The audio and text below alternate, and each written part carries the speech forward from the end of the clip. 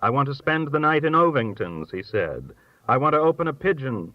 All my life I've wanted to cut a dove open, looking for the goddamnedest omens in the history of the world, like the Romans performing the ancient assizes. I want to find 2 hearts in one of the sons of bitches and go crying through the night like another whooses, "Repent, ye sinners, repent! The world is coming to an end." "George," said Mrs. Lockhorn, "the newspapers can't print things like that." Lockhorn didn't hear her. He picked up the glass and drank the trickle of ice water in it. "Go down, ye sinners, to the sea," he said with a wide gesture. "Talk about your book," said his wife. "The newspapers want to know about your book." Lockhorn looked at her.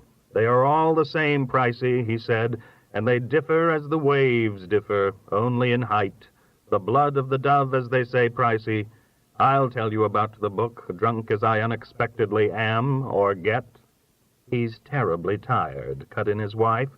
"Spiritual hope," bawled Lockhorn so loudly Price started the ice tinkling in his glass. "Spiritual hope is my tiny stock in trade, to quote the greatest master of them all." Mrs. Lockhorn, observing that the newspaper man looked puzzled, said, "He means Henry James." And then to her husband, "I think he spoke of his small trade, George." "The greatest master of them all," said Lockhorn again. "I always begin with a picture, a visual picture. Woman standing in the doorway with the evening sun in her hair, as Hockett would put it." "Hockett?" asked Price, realizing with a small, cold feeling in his stomach that he was not going to have anything to write. "Your boss," said Lockhorn. "Oh, Hammer," said Price. "I beg your pardon," said Mrs. Lockhorn. The author jiggled what was left of the ice in his glass. "The women write backwards," he said, "beginning with their titles. Never dies the dream, lonely is the hunting heart." "It's the heart is a lonely hunter," said his wife, but Lockhorn waved her away.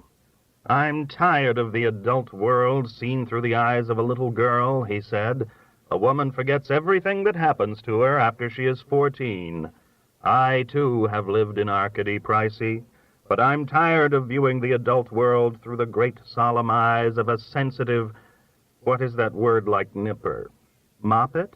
asked Price. "Sensitive moppet," said Lockhorn, closing his eyes and sinking deeper in his chair. Price attempted to make a surreptitious note on his copy paper. "You can't use that," whispered Mrs. Lockhorn. "He's talking about one of his closest women friends." The interviewer put his pencil and paper away as his host opened his eyes again and pointed a finger at him.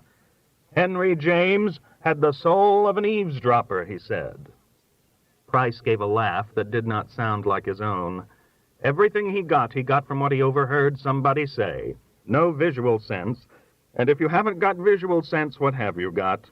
Price stood up as if to go, but Lockhorn waved him down again and grinned at his wife. "Pricey here has invented some remarkable game, Martha," he said. "Tell Martha about your game, son. It's all we've talked about all afternoon." Price swallowed. "What sort of game is it?" asked Martha. "It's nothing, really," gurgled Price. He stood up again. "I must be running along now." "Sit down for a moment," said Mrs. Lockhorn. "George, you better lie down a while." To Price's astonishment, the novelist got meekly to his feet and started for the door into the hall. He stopped in front of Price and stuck an index finger into his ribs, making a sucking sound with his tongue. "Is love worth living?" he said, and went out into the hall and closed the door behind him. He began to stomp up the carpeted stairs, shouting, "Dorothy, Nettie, Martha." Price, swallowing again, idiotically wondered whatever became of Pauline. "As you see, he's really worn out," said Mrs. Lockhorn hastily. "He's not as young as he used to be, of course, and I wish he'd give up writing. After all, he's written 18 books, and he has a comfortable income." From far upstairs, Price heard a now faint shouting for the lost Pauline. "Are you sure you won't have another drink?" asked Mrs. Lockhorn, not moving from the edge of her chair. "A quick one, perhaps," said Price, "just half a glass." "Surely," said Mrs. Lockhorn, with the hint of a sigh, taking his glass. "Bourbon?"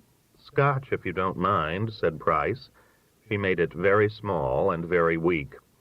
"I know that you will use discretion," she said. "George has become a little reckless in some of the things he says, and I hope you were able to tell the truth from the things he just makes up." Price finished half his drink. "I'm afraid I really haven't got anything," he said miserably. "Perhaps you could tell me something I could use." Mrs. Lockhorn looked mysterious. "There are some wonderful things about the book," she said. "I mean about the way he wrote it and what had to be done by the publishers. He had actually written, word for word, a chapter from one of his earlier books into the new one. He hadn't copied it, you understand. It was simply there in his memory, word for word." Price got out his pencil and paper, but his hostess lifted her hand. "Oh, mercy," she said, "you can't possibly print that. He would be furious if he found it out." Price looked puzzled. "If he found it out?" he asked. She stood up, and Price got to his feet. "Oh, he doesn't remember writing it," she said. "It was just stuck in. The publishers had to take it out, but you mustn't mention it. Please don't tell even Mr. Hockett." Price set his glass down on the table beside his chair. "I believe my hat and overcoat," he began. "I'll get them," she said. "They must be in the hall closet." They went to the closet. There was no sound from upstairs. Price got into his coat, and Mrs. Lockhorn went with him to the front door and opened it. "I'm sorry," she said. "I'm afraid it's been something of a wild-goose chase." "I'm afraid it has," said Price a little grimly. Mrs. Lockhorn gave him her best hostess smile. "George gets mixed up when he's tired," she explained, "or he wouldn't have said, 'Is love worth living?'" Price matched her smile with one just as artificial. "He was quoting one of the most famous lines ever written by James Joyce," he said. He went out and got into his car. "Goodbye, Mrs. Lockhorn," he said. "Goodbye, Mr. Pricey," she called to him. Her smile was gone. "I'm sorry you didn't have time to tell me about your game." "Some other time, maybe," said Price, whose smile was also gone, and he started the engine. Mrs. Lockhorn closed the front door. When Price had driven a few hundred yards from the house, he took the copy paper from his pocket and threw it out of the window. Then suddenly he reached for his pencil and threw it out of the window, too. Daguerrotype of a Lady. When I first became aware of Mrs. Albright in my world, at the age of 3 or 4, I suppose, she was almost 70, and a figure calculated to excite the retina and linger in the consciousness of any child. Aunt Marjorie, as everybody called her, was stout and round, and, in the phrase of one of her friends, set close to the ground, like a cabbage. Her shortness was curiously exaggerated by the effect of an early injury. She had fractured her right kneecap in a fall on the ice when she was in her late teens, and the leg remained twisted, so that when she was standing, she bent over as if she were about to lean down and tie her shoelace, and her torso swayed from side to side when she walked, like the slow pendulum of an ancient clock, arousing sympathy in the old and wonder in the young. I used to marvel at the way she kept her balance, hobbling about in her garden after sundown with a trowel in one hand and a sprinkling can in the other, her mouth tightening and her eyes closing every now and then when the misery seized her knee. She scorned the support of a cane. Canes were for men, who were often feeble and tottery as early as their 60s. It took her a good 10 minutes to mount the short staircase that led to the second floor of her home. She would grasp the banister with one hand, and with the other pull her bad leg up beside her good one, pausing every few steps to catch her breath. She had to come downstairs backward, and this journey was even more laborious and painful. She got up before dawn every morning except Sunday, the year around, and she rarely went to bed until after 10 o'clock at night. Aunt Marjorie was an active woman who got things done, and she did not always carry her cross with meekness and equanimity. She was capable of cursing her bad leg in good round words that shocked women of more pious vocabulary. In her moments of repose, which were rare enough in a long and arduous lifetime, The gentleness of her face, enhanced by white hair smoothly parted in the middle, belied the energy of her body and the strength of her spirit, but her mouth grew firm, her eyes turned serious or severe, and her will overcame her handicap when she felt called upon, as she often did, to take up some burden too heavy for the shoulders of lesser women, or too formidable for mere menfolks to cope with. Her neighbors often summoned her in an hour of crisis, when there was illness in their homes, or a wife in labor, or a broken bone to set, for she was a natural nurse, renowned for her skill and wisdom, and, as we shall see, for many an earthly remedy and forthright practice. Mrs. Albright, born Marjorie Dangler nearly 130 years ago, in a time of stout-hearted and self-reliant women, came west in a covered wagon driven by her father during the presidency of Martin Van Buren, when she was only 9. The Danglers, before their westward venture, had lived in Long Branch in New Jersey. She always used "in" before a state or county. The family settled for a time in Kokomo in Indiana, and then retraced its steps to Ohio to live in Lebanon in Warren County, DeGraff in Logan County, and Arcanum and Greenville in Darke County.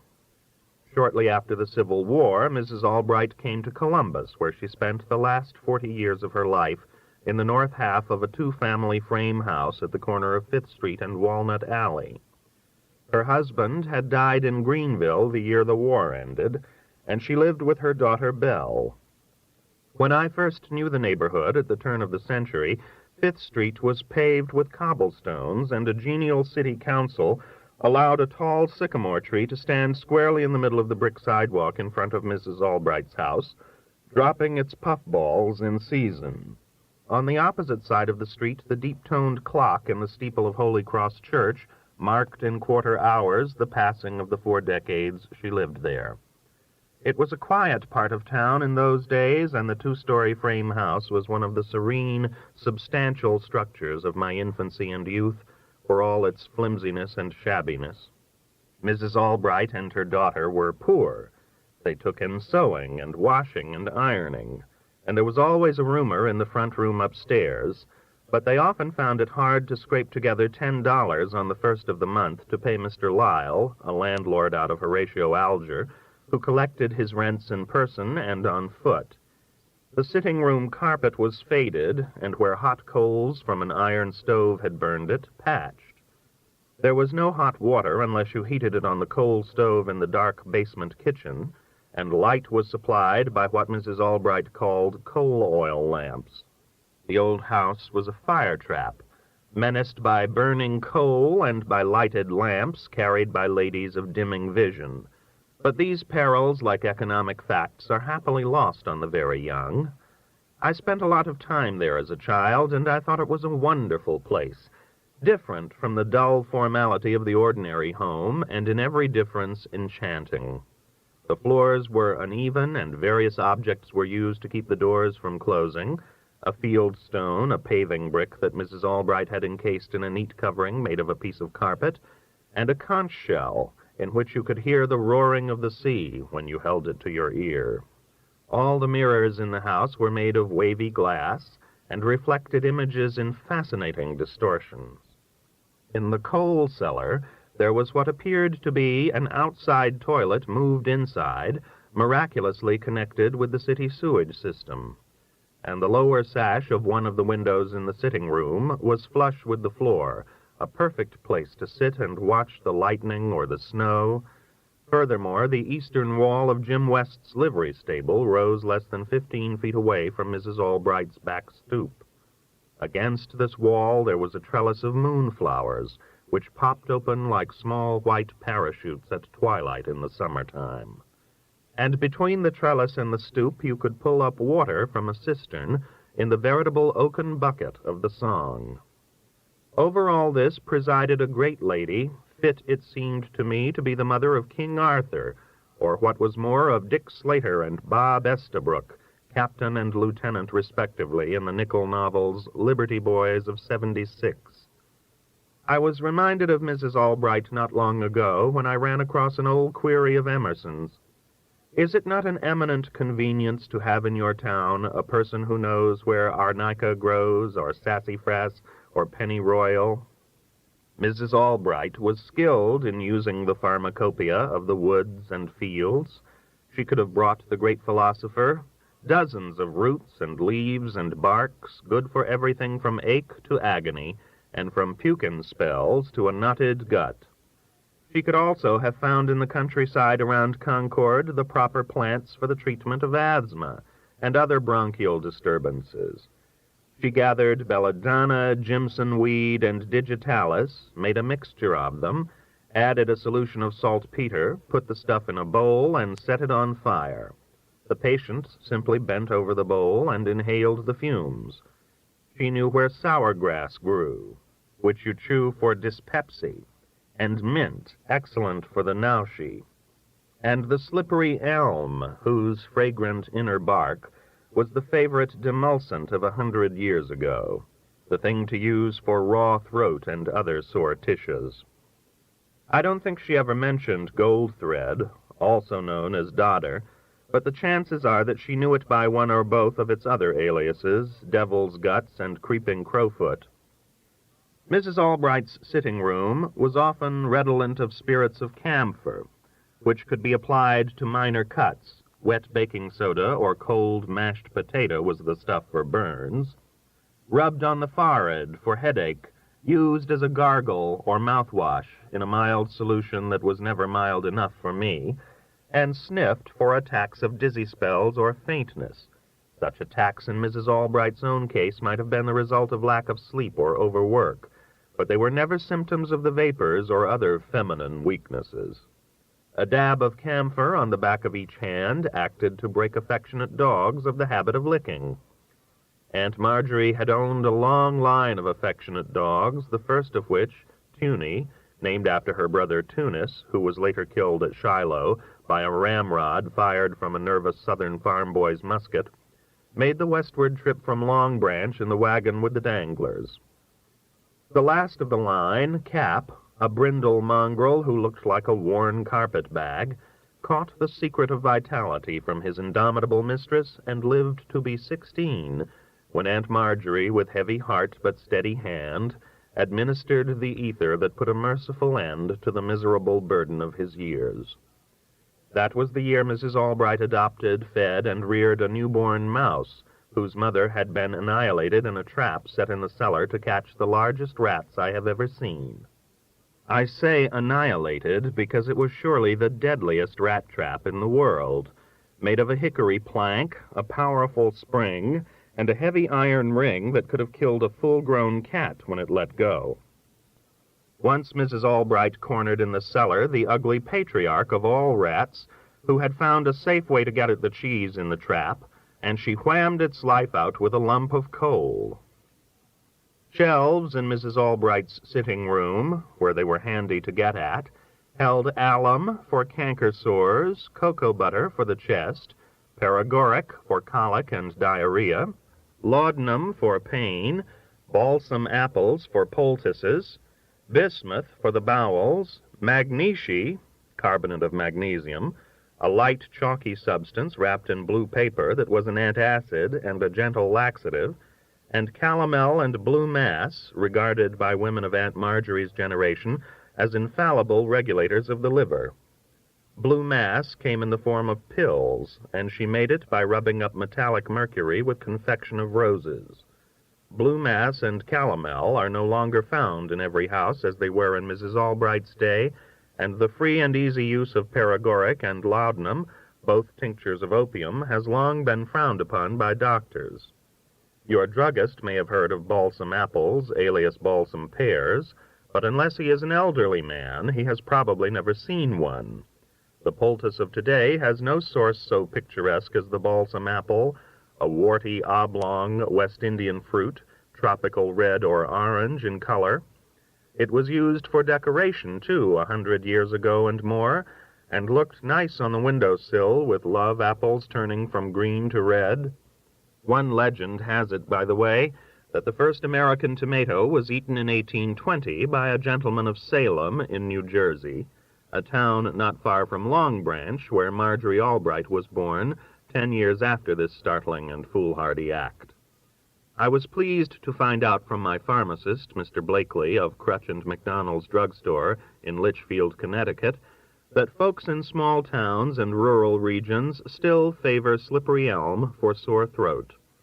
No housewife actually strips the bark from the trees nowadays, the way Mrs. Albright did, but slippery elm lozenges manufactured by the Henry Thayer Company, founded 1847, from a formula more than 90 years old, are bought by many people in wet or wintry weather. I got a box of the lozenges from Mr. Blakely myself and tried a couple. They smelled faintly like fertilizer to my snobbish city nose, but their taste was bland enough and inoffensive. I am sure they soothe the inflamed tissues of the throat. Mr. Blakely also said that people from 70 to 100 years old drop in now and then for blue pills when their liver is kicking up. When I asked him about balsam apples, he told me he knew what they were, but he confessed that he had never seen one. It made me feel old and odd suddenly, as if I were a contemporary of Aunt Marjorie's who had lived beyond his time. Aunt Marjorie held that black coffee, not iced, just cold, was fine for torpor, depression of the spirits, and fatigue. She also used it to disguise the taste of castor oil for timid palates. But she drank the oil straight from the bottle herself, in great gulping dollops that made me flinch and shudder when I was a boy, for gas on the stomach, and for gentlemen who had brought out the jugs the night before. She made a fizzing mixture of vinegar, sugar, and baking soda. Soda crackers soaked in water were excellent for thinning out the blood in cases that were not severe enough for leeches or the letting of a vein. If you fell down and broke the skin on your elbow or your knee, she kept a sharp lookout for the appearance of proud flesh. In the event of serious injuries, such as gunshot wounds or axe cuts, you had to beware of gangrene. It was easy enough to identify this awful disease as gangrene, but I was well out of my teens before I discovered what blue boars are, or rather is. Mrs. Albright had described it as a knotted groin, a symptom of the Black Death, at least one siege of which she had survived somewhere in her travels. The true name is buboes, from which the word bubonic is derived, and Webster supports Mrs. Albright in her definition of the malady as a knotted groin. Then there was cholera morbus, which sounds Asiatic and deadly, but is really no more serious, I found in looking it up the other day, than summer complaint accompanied by green apple bellyache. If you had the jumpin' toothache, there was nothing better than a large chaw of tobacco. Once, when she was 16, Marjorie Albright was out horseback riding with a gallant of her acquaintance who bore the gloomy name of Aubrey Hogwood.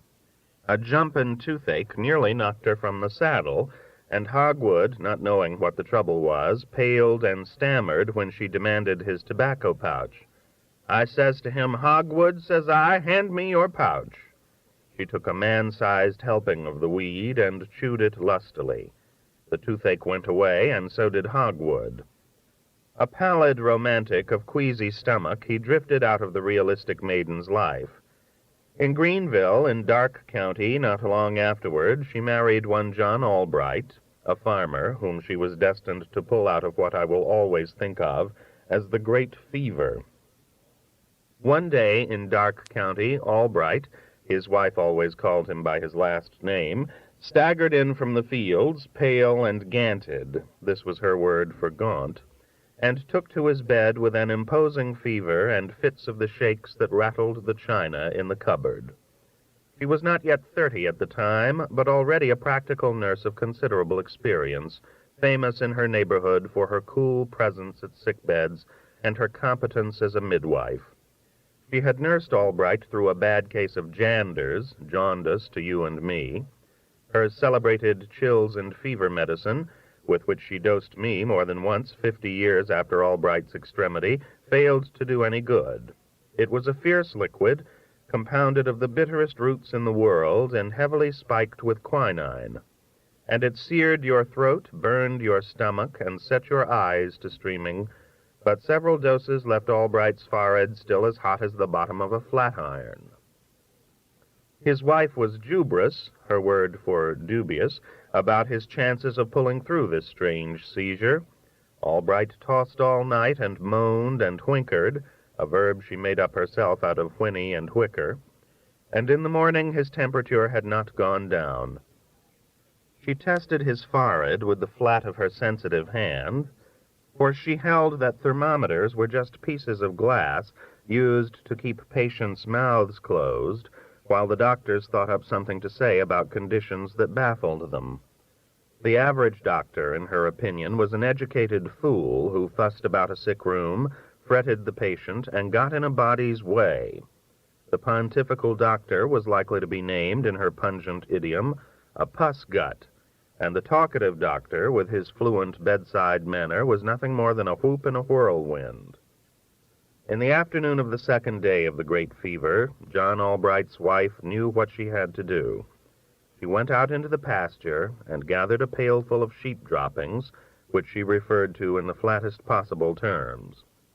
Sheep droppings were not the only thing that Mrs. Albright looked for in the pasture and the barnyard to assist her ministrations as a natural nurse. Now and then, in the case of a stubborn pregnancy, she would cut a quill from a chicken feather, fill it with powdered tobacco, and blow the contents up one nostril of the expectant mother. This would induce a fit of sneezing that acted to dislodge the most reluctant baby. Albright, whinkering on his bed of pain, knew what she was up to this time, and he began to gag even before the terrible broth was brewing on the kitchen stove.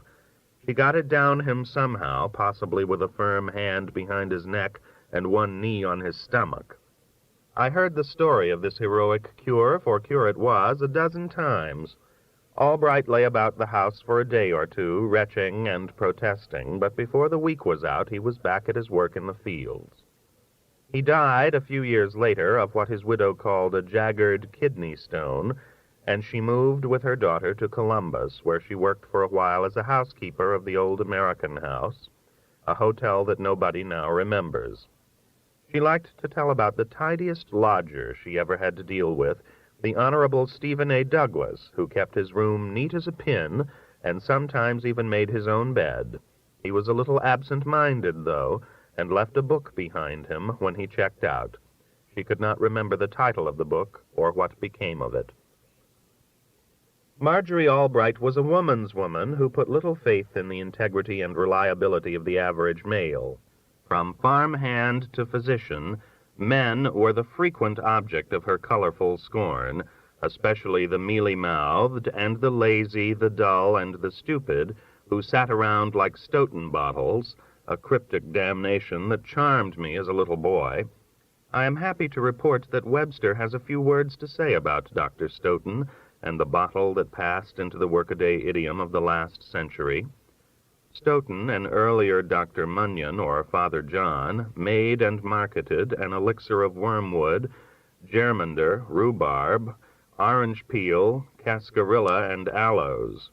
It was used to flavor alcoholic beverages and as a spring tonic for winter-weary folks. It came in a bottle that must have been squat, jug-like, and heavy. Unfortunately, my Webster does not have a picture or even a description of the old container that became a household word. The dictionary merely says to sit, stand, etc. like a Stoughton bottle, to sit, stand, etc. stolidly and dumbly. Mrs. Albright's figure of speech gave the Stoughton bottle turgid action as well as stolid posture. Only a handful of the husbands and fathers she knew were alert or efficient enough to escape the name of Stoughton bottle. Aunt Marjorie lived to be 88 years old, surviving, I am constrained to say, the taking of too much blue mass and calomel. She was salivated, as she called it, at least once a year. This, according to my pharmacist, means that she suffered from mercurial poisoning as the result of an incautious use of calomel. In spite of everything, her strength and vigor held out to the end, and I can remember no single time that she permitted a doctor to look after her. Her daughter Belle held the medical profession in less contempt, and once in her 50th year, after ailing for several months, she went to see a physician in the neighborhood. He was greatly concerned about her condition and called a colleague into consultation. The result of their joint findings was a dark prognosis indeed. The patient was given not more than a year to live. When Mrs. Albright heard the news, she pushed herself out of her rocking chair and stormed about the room, damning the doctors with such violence that her right knee turned in on her like a flamingo's, and she had to be helped back to her chair. Belle recovered from whatever it was that was wrong, and when she died, also at the age of 88, she had outlived by more than 15 years the last of the two doctors who had condemned her to death. Mrs. Albright never forgave or long forgot the mistaken medical men. Every so often, apropos of little or nothing, she would mutter imprecations on their heads. I can remember only two doctors whom she treated with anything approaching respect. She would josh these doctors now and then when their paths crossed in some sick room, particularly on the subject of their silly theory that air and water were filled with invisible agencies of disease. This, to a natural nurse who had mastered the simple techniques of barnyard and pasture, was palpable nonsense. How, then, Dr. Rankin asked her once, do you account for the spread of an epidemic? It's just the contagion, said Mrs. Albright. The doctor gave this a moment of studious thought. It's just possible, he said, that we may both be right.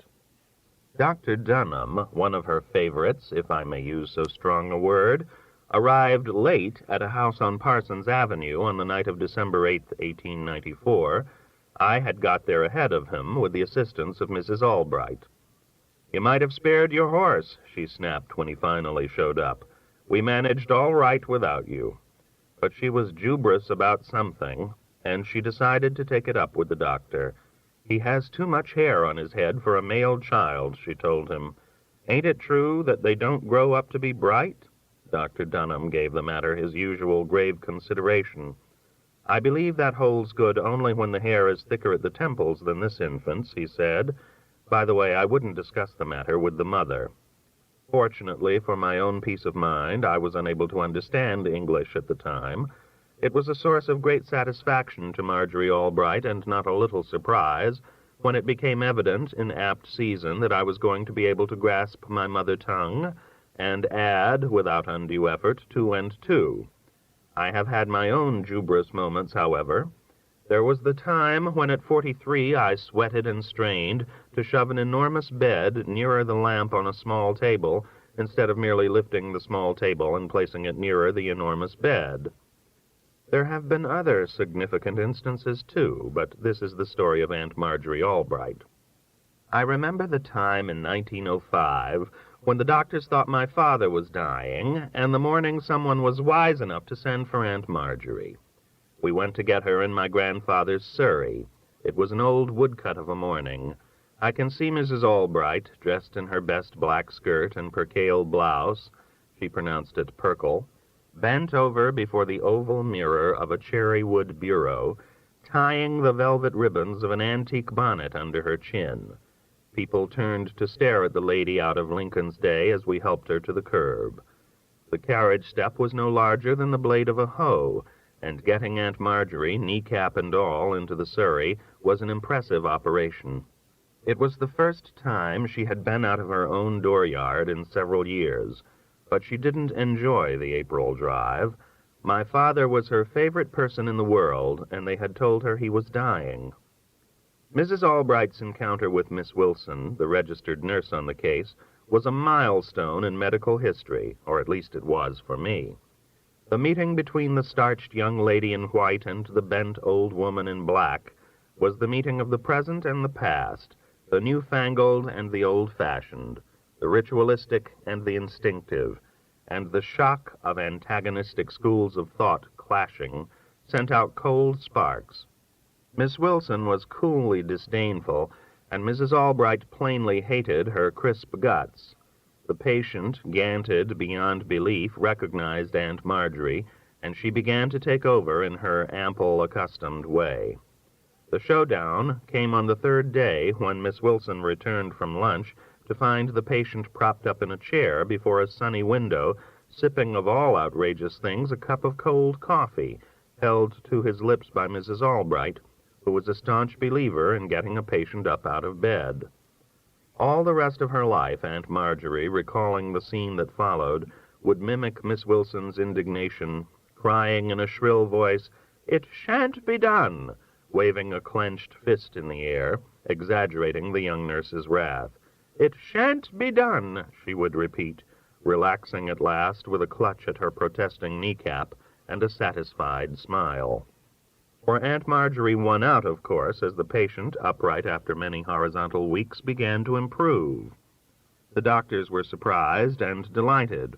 Miss Wilson tightly refused to comment. Mrs. Albright took it all in her stride.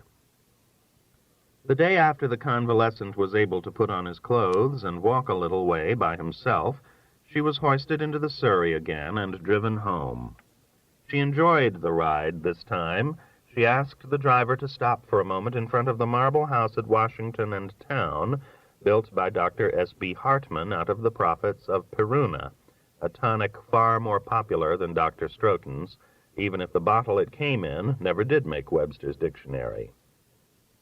The old frame house in Columbus and the old sycamore tree that shaded it disappeared a long time ago, and a filling station now stands on the northwest corner of 5th Street and Walnut Alley, its lubricating pit about where Mrs. Albright's garden used to be. The only familiar landmark of my youth is the church across the way, whose deep-toned clock still marks the passing of the quarter hours as tranquilly as ever. When Belle died in 1937 in another house on 5th Street, the family possessions were scattered among the friends who had looked after her in her final years. I sometimes wonder who got the photograph album that had been promised to me. The card table, bought for $1 or $2 before the Civil War, but now surely an antique of price and value, the 2 brown plaster of Paris spaniels that stood on either end of the mantel in Mrs. Albright's bedroom, and the muddy color print that depicted the brave and sturdy Grace Darling pulling away from a yellow lighthouse on her famous errand of mercy. I have no doubt that some of the things were thrown away. The carpet-covered brick, the field stone, the green tobacco tin that Aunt Marjorie used for a button box, and the rag bag filled with silk cuttings for the crazy quilts she made. Who could have guessed that a writer living in the East would cherish such objects as these, or that he would have settled for one of the dark and wavy mirrors, or the window sash in the sitting room that was flush with the floor?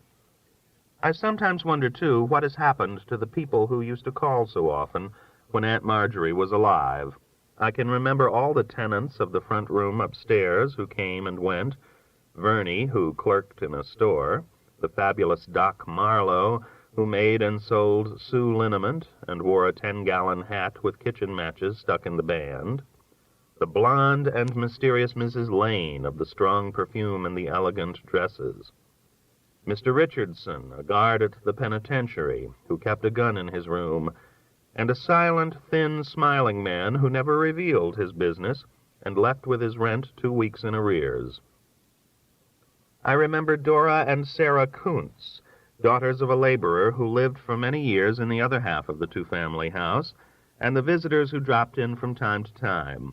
Mr. Pepper and his daughter Dolly, who came to play cards on summer evenings, Mrs. Straub, who babbled of her children, her Clement and her Minna, Joe Chickalilly, a Mexican rope-thrower, and Professor Fields, a Stoughton bottle if there ever was one, who played the banjo and helped Doc Marlowe sell the liniment that Mrs. Albright and Belle put up in bottles, and the Gamadingers and their brood, who lived on a farm in the Hocking Valley.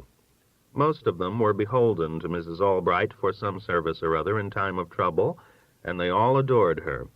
When Marjorie Albright took to her bed for the last time, the bed in the front room downstairs, where she could hear people talking and life stirring in the street outside her window, she gave strict orders that she was not to be called back. She had seen too much of that at 100 bedsides, and she wanted to die quietly without a lot of unseemly fuss over the natural ending of a span of nearly 90 complete and crowded years. There was no call, she told her daughter, to summon anybody. There was nothing anybody could do. A doctor would just pester her, and she couldn't abide one now. Her greatest comfort lay in the knowledge that her plot in Green Lawn Cemetery had been paid for, $1 at a time through the years, and that there was money enough for a stone-maker tucked away in a place her daughter knew about. Mrs. Albright made Belle repeat to her the location of this secret and precious cache. Then she gave a few more final instructions and turned over in bed, pulling her bad leg into a comfortable position. "Hush up," she snapped when her daughter began to cry. "You give a body the fidgets." Women who were marked for death, Aunt Marjorie had often told me, always manifested, sooner or later, an ominous desire to do something beyond the range of their failing strength. These ladies, in the very act of dying, fancied, like Verdi's Violetta, that life was returning in full and joyous tide. They wanted to sit up in bed and comb their hair, or alter a dress, or bathe the cat, or change the labels on the jam jars. It was an invariable sign that the end was not far off. Old Mrs. Dozier, who had insisted on going to the piano to play Abide with Me, collapsed with a discordant jangle on the keys and was dead when they carried her back to the bed.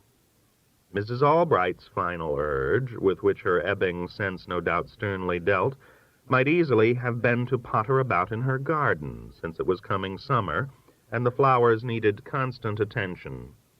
It was a narrow plot, occasionally enlivened with soil from the country, that began with an elephant ear near the rickety wooden fence in front, and extended to the trellis of moonflowers against the wall of Jim West's stable. It was further shaded by her own house and the fenster-maker's, and it caught only stingy glimpses of the sun, but to the wonder of the Jubrus, it sustained for 40 summers Canterbury bells and bluebells, bleeding hearts and fuchsias, asters and roses. There were tall stalks of asparagus raised for ornament, and castor oil plants 6 feet high. I doubt that she made the castor oil that she disguised in coffee for timid palates, and drank neat from the bottle herself, but I have no doubt she could have. "This garden," said Dr. Sparks, pastor of the old 3rd Street Methodist Church one day, "is a testament of faith. It takes faith, and it takes work, and it takes a lot of good, rich manure," said Mrs. Albright, far and away the most distinguished manurist of her time. Since there had to be services of some kind, in accordance with a custom that irked her, Mrs. Albright would have preferred a country parson who rode a horse in any weather and could lend a hand at homely chores, if need be. She liked what she called a man of groin, who could carry his proper share of the daily burden, and knew how to tell a sow from a sawbuck. City ministers, in her estimation, were delicate fellows given to tampering with the will of God and with the mysteries of life after death, which the Almighty would have cleared up for people himself if he had had a mind to. It was her fancy that urban reverends were inclined to insanity because of their habit of studying. Studying, in Mrs. Albright's language, meant that form of meditation in which the eyes are lifted up. The worst cases let their gaze slowly follow about a room, the juncture of ceiling and walls, and once a pastor developed this symptom, he was in imminent danger of going off his worshipful rocker. Such parsons, whether they studied or not, made Mrs. Albright uneasy, except for the Reverend Stacy Matheny, a first cousin of my mother's. He had been born on a farm in Fairfield County, and he knew how to hitch a horse, split a rail, and tell a jaybird from a bootjack. Mrs. Albright wanted him to read her funeral service because he was a man of few words, and he would get it over with and not whimper all afternoon, keeping people away from their jobs. Aunt Marjorie never discussed religion with me or with anyone else. She seemed to take it for granted that the Lord would find a fitting place in heaven for women who devoted their lives to good works, and she let it go at that. Tales of ghosts and haunted houses annoyed her. Earth-bound spirits, in her pragmatic view, had no business puttering about among the living. A certain house in Kokomo, she told me once when I was 10, was supposed to be haunted by a woman, but her ghost was laid by a peremptory command from the great nurse. I never seen her myself, she told me, but I went into the room they said she hainted, and I says, "Rest, Mrs. Detweiler," says I. As I remember the tale, after more than 50 years, the ghost of Mrs. Detweiler rested. Women in any shape or form were accustomed to obey Marjorie Albright's commands.